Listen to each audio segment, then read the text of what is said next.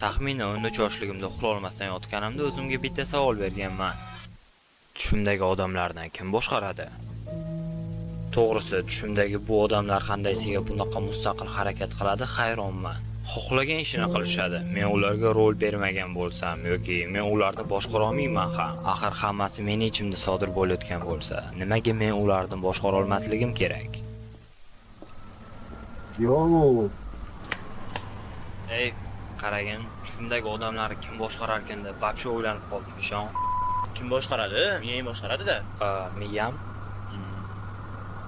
Men aniq eslayman. O'sha kuni kechasi bilan shu narsani o'ylab chiqqanman. Xo'sh, miyam boshqarsa, lekin miya meniki-ku. Alo, qara, lekin meniki-ku. Nima Miyamni aytganman. Xo'p, tushimdagi odamlarni miyam boshqarsa, lekin miya meniki-ku. Unda sen boshqarasan. Lekin men alo.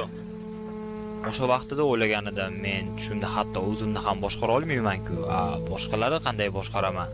To'g'risi, jonimga tekkandi va o'sha vaqtda Google menga qarab, tushingdagi odamlarni sen emas, uni seni ichki hissiyotlaring, xotiralaring va seni xayoliy yaratgan obrazlaring boshqaradi.